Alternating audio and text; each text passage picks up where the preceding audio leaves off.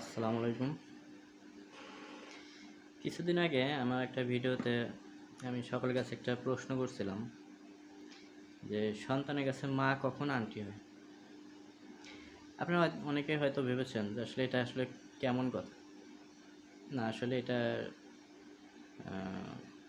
বাস্তব। সেই প্রশ্নের উত্তর আজকে আমি দিচ্ছি। সেটি হলো,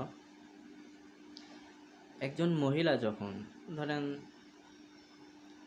একটা 10 বছর সংসার করল, সংসার করার পর সেই সংসারে তার একটা বাচ্চা হলো।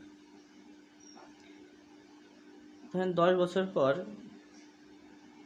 সেই স্বামী স্ত্রী হয়তো ছাড়াছাড়ি হয়েছে বা আলাদা হয়ে গেছে। আলাদা হয়ে যাওয়ার পর সেই মহিলা যখন আবার দ্বিতীয় বিয়ে করতে যায়, আর যখন বলে যে আমার কোনো দিনও বিয়ে হয় নাই,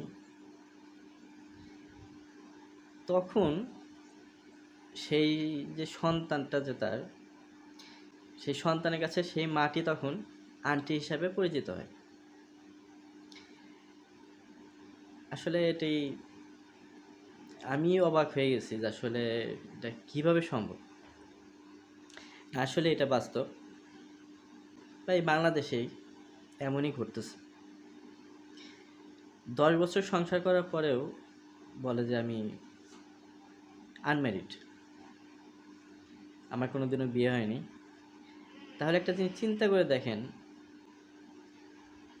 তবে সন্তানটি আসলে হয়তো এখন অনেক ছোট, যখন বড় হবে তখন সে কি সেই মাটি সেই সন্তানের কাছে কি জবাবটা দেবে।